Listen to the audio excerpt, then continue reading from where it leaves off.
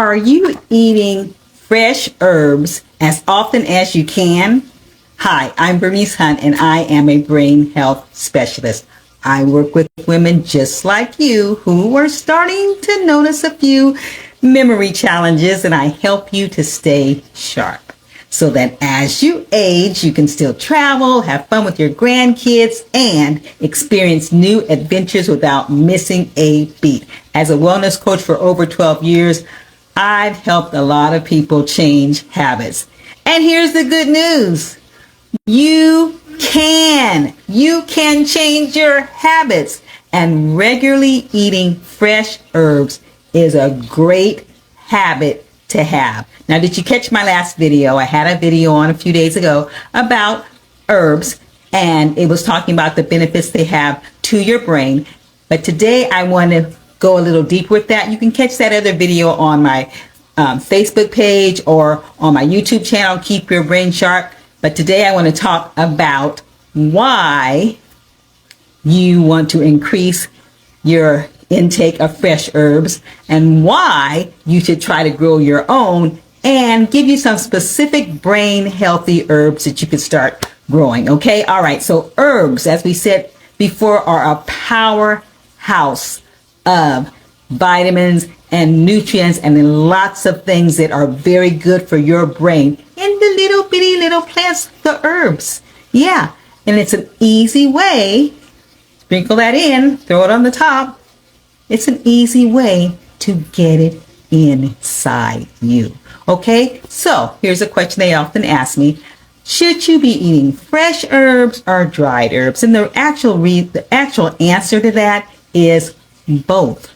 Yes, you should be eating fresh and dried. Now, fresh, of course, are more potent. They have more vitamins and nutrients still intact because they haven't been dried out yet, okay? And you haven't processed them in any kind of way. So, of course, those are going to be more potent. However, dried herbs are still very healthy as well. They just don't have as much nutritional value as the fresh does.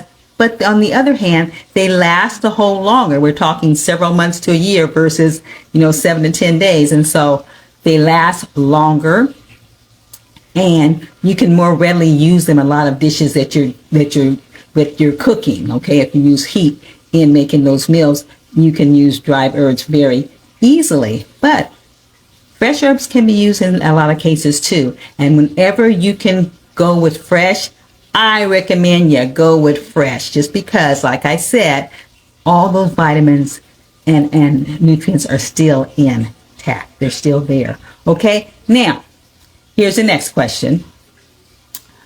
Why should you grow your own? I mean, you can go buy them, can't you? Yes, you can. But if you can grow your own, it's much better. For some of the reasons that I already stated, they're fresher. They haven't lost any nutrients or anything. Okay. They are more flavorful for the same reason. They're more flavorful.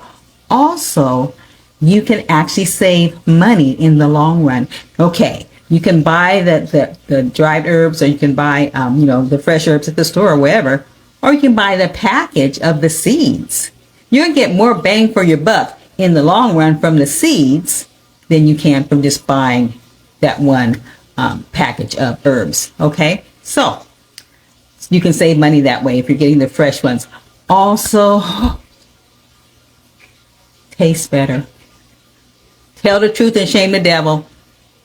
It tastes better. When you grow it yourself, it's right there. It tastes better. You also have control over what you're using, control pest or whatever. You also have control over where it's organic or not. You kind of know what is on it and what is in it because you're the one that planted it yourself. The other thing is variety, because the store has a limited selection, the most common or most, often purchased types of herbs, and they'll buy that. But there are thousands out there, guys. Did you know there's a chocolate mint, an orange mint? So you may not like mint, but you might like orange mint. Did you know there's purple basil?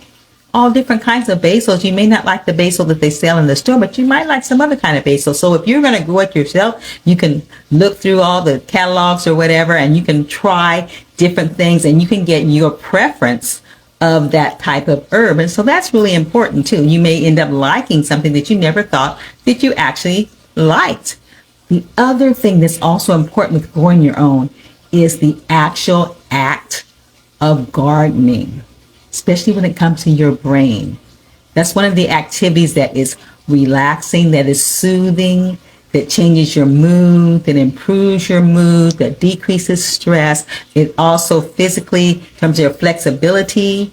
Okay, you're moving muscles that you didn't even know you had sometimes, or you haven't used in a while. You're getting that fine motor toning as well. Okay, it is also helping you with vitamin D. If you're outside, you're getting your vitamin D that you need if you're outside. But even if you're inside, the studies also show, even if you do your indoor gardening, it is still relieving you of the stress. It is still improving your mood. It is still warding off depression. It's still doing some good things for you indoors or outdoors. The very act of gardening is beneficial to your brain. Okay, so some of the easiest things you can grow, and some of the most common ones that you can grow, are your basil, your cilantro, your chives, okay, your rosemary, your sage, your different mints that you have. Those are some of the easiest and most common fresh herbs that you can grow.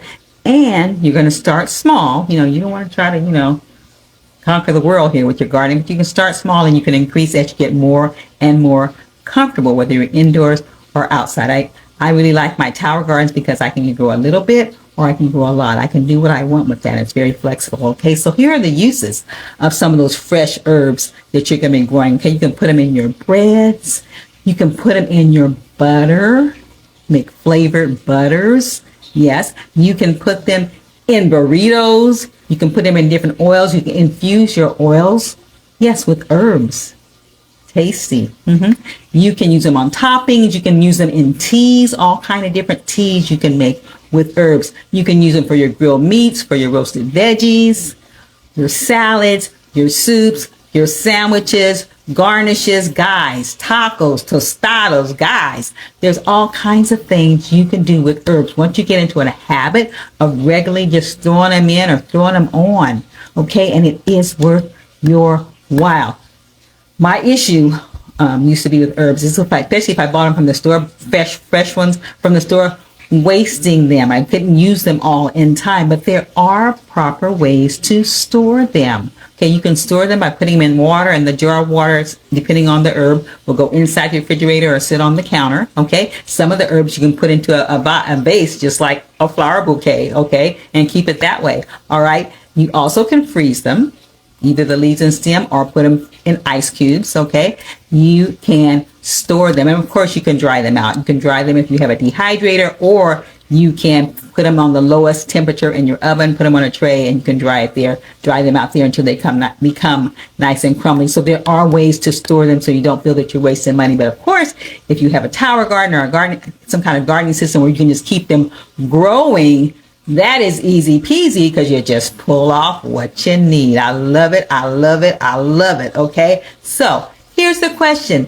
Is it really worth it? Is it really worth going through all that? My answer is yes, especially if you want to be helping your brain to stay healthy. Why? Because research studies have shown us the benefits that your brain gets from fresh herbs. Okay. And dried herbs too. But especially fresh herbs, you get more, more bang in your buck for the fresh herbs. So do fresh herbs as much as you can. We're going to be boosting your mental energy. Give that a boost. Okay. Clearer thinking, improving your mood, improving your memory, improving your focus just from those herbs, guys.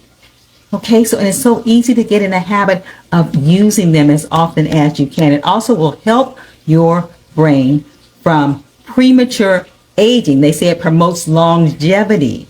Okay, so it's helping to protect your brain. We're talking herbs. You're not talking a lot of money. We're talking herbs. Okay, so what kind of herbs can you actually grow really easily? You can grow your rosemary, you can grow your sage, and peppermint. Those are three that are very doable. Okay, we can talk about ashwagandha and all those kind of different things, but we're not talking about that now. We're talking about something that's very doable that you can do right in your home. Okay, so we're talking about rosemary, sage, and peppermint is what we're going to talk about now, because those have been proven to help your brain. You can put it in teas. Try it. You might like it. But actually, you can inhale it. Inhaling the aroma from those herbs will help your brain. It gives it clearer thinking, better focus. And even with peppermint, they say that it's instantly invigorating. Take a whiff. Instantly invigorating. They say even if you take the peppermint leaves and you crush them and you smell them, it will make you more alert. It will give you more energy. It will boost your mood. Okay, so those are really some simple things that if you just get in the habit of doing, will help your brain. And we all like different teas, cold teas or hot teas. You all know about mint teas anyway, so we need to get on the bandwagon, grow your own peppermint, and make those mint teas, okay? All right, so if you need a list of specific herb uses and storage tips and those things, I have that for you in my research library. Just go to my website, keepyourbrainsharp.com, and you'll see a list there in that research library. You can get free access to that if you'd like access to that library. It's free. And this is video number 230, talking about growing fresh herbs, because your brain's destiny is in your hands.